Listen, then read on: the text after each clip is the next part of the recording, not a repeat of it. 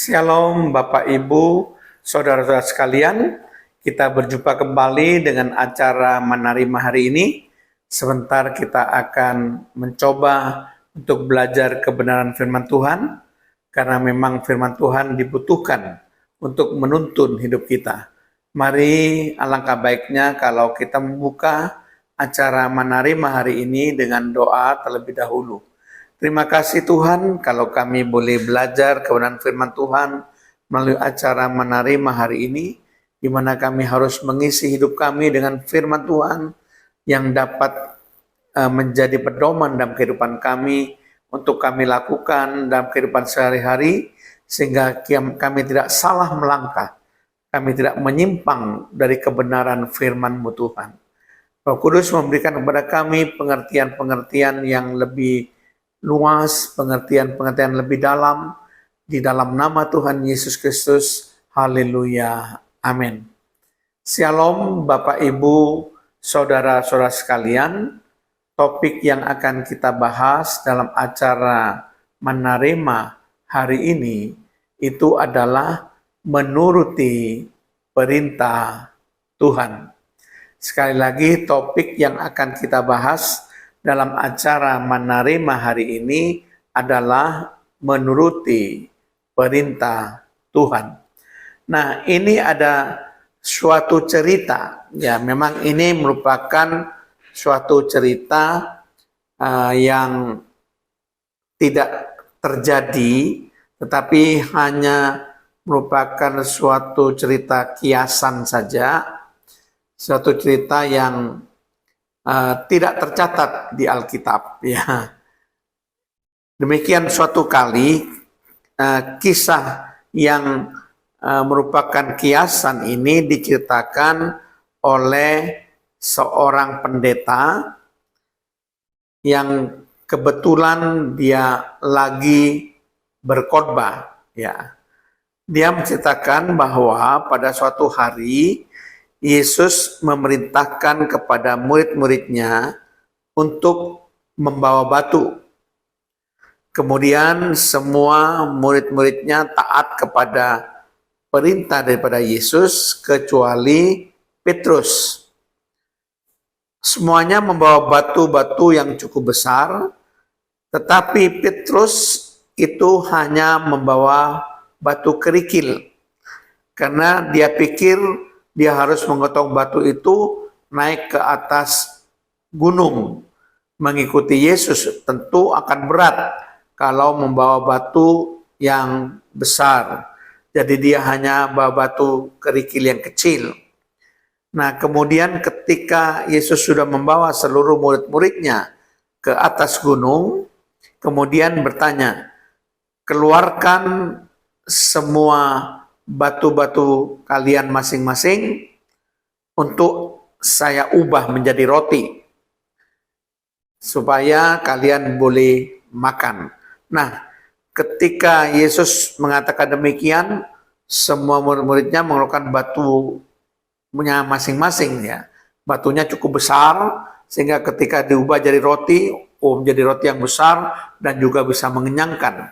Tetapi sayang, batu yang dibawa oleh Petrus itu hanya batu kecil-kecil, sehingga rotinya menjadi kecil dan dia tidak bisa kenyang. Itu menjadi suatu pengalaman bagi Petrus dalam cerita kiasan, ya. Sekali lagi, ini merupakan cerita kiasan yang memang tidak sebenarnya terjadi, cuma supaya mengambil hikmahnya, begitu ya.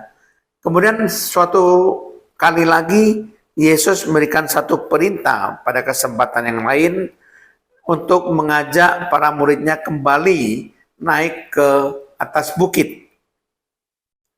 Nah, kemudian memberikan perintah yang sama, ya, kepada murid-muridnya supaya murid-muridnya mengikuti dia. Tetapi di sini yang berbeda adalah Yesus tidak menyuruh murid-muridnya untuk membawa batu.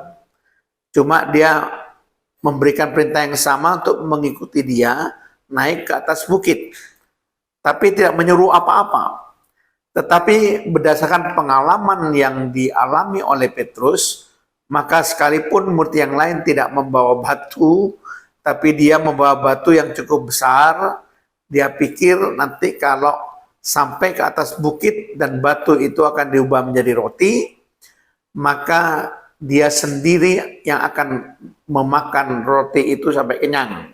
Ya. Dia berpikir demikian. Kemudian ketika sampai di atas bukit, setelah Tuhan Yesus berkhotbah, ternyata Tuhan Yesus tidak mengubah batu menjadi roti. Ya. Karena memang Tuhan Yesus tidak menyuruh murid-muridnya untuk membawa roti. Ya.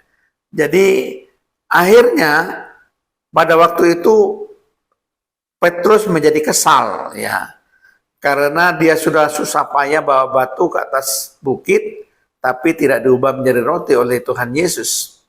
Nah, akhirnya dia tanya kepada Tuhan Yesus, Tuhan, apakah engkau lupa bahwa engkau harus mengubah batu ini menjadi roti? Dengan tersenyum, Yesus mengatakan, bukankah aku tidak pernah memerintahkan engkau dan murid-murid yang lain untuk membawa batu? Aku hanya memerintahkan supaya semua murid-murid mengikuti aku ke atas bukit. Disitulah penyesalan datang di hati Petrus. Ya. Nah, Bapak Ibu Saudara sekalian, memang kita itu harus menuruti perintah Tuhan. Ya, jadi kalau Tuhan memerintahkan kita harus membawa batu, ya kita harus bawa batu. Tapi kalau Tuhan memerintahkan hanya mengikuti saja, tanpa membawa batu ke atas bukit atau ke atas gunung, ya kita juga harus mengikuti. Karena mengikuti perintah Tuhan itu menunjukkan bahwa kita mengasihi Tuhan. Jadi rasa kasih itu ditunjukkan dengan menuruti segala perintah-perintah Tuhan. Seperti yang terdapat dalam Injil Yohanes pasal 14 ayat yang ke-15. Jikalau kamu mengasihi aku, kamu akan menuruti segala perintahku. Jadi sebagai bukti kasih kita kepada Tuhan, itu adalah dengan menuruti segala perintah Tuhan. Nah, hal yang sama juga itu ditegaskan kembali di dalam surat 1 Yohanes pasal yang kelima ayat yang ketiga. Sebab inilah kasih kepada Allah, yaitu bahwa kita menuruti perintah-perintahnya. Perintah-perintahnya itu tidak berat, ya. Jadi di sini dikatakan bahwa kita harus selalu dengar-dengaran. Kita harus selalu menuruti perintah-perintah yang Tuhan perintahkan pada kita. Dan perintah-perintah itu tidak berat. Ya, ini sebagai bukti kasih kita kepada Tuhan. Jadi Bapak Ibu Saudara sekalian, mari kita juga harus senantiasa menuruti segala perintah-perintah Tuhan, supaya kita tidak salah melangkah, kita tidak boleh mengambil keputusan yang di luar kehendak Tuhan, di luar apa yang Tuhan mau.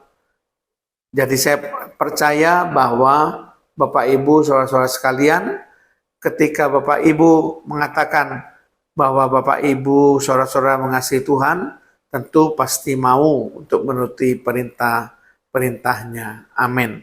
Mari kita berdoa. Terima kasih Tuhan, kalau hamba-Mu sudah menyampaikan kebenaran firman-Mu, bahwa kami ingin mengasihi Tuhan senantiasa dengan cara menuruti segala perintah-perintah Tuhan.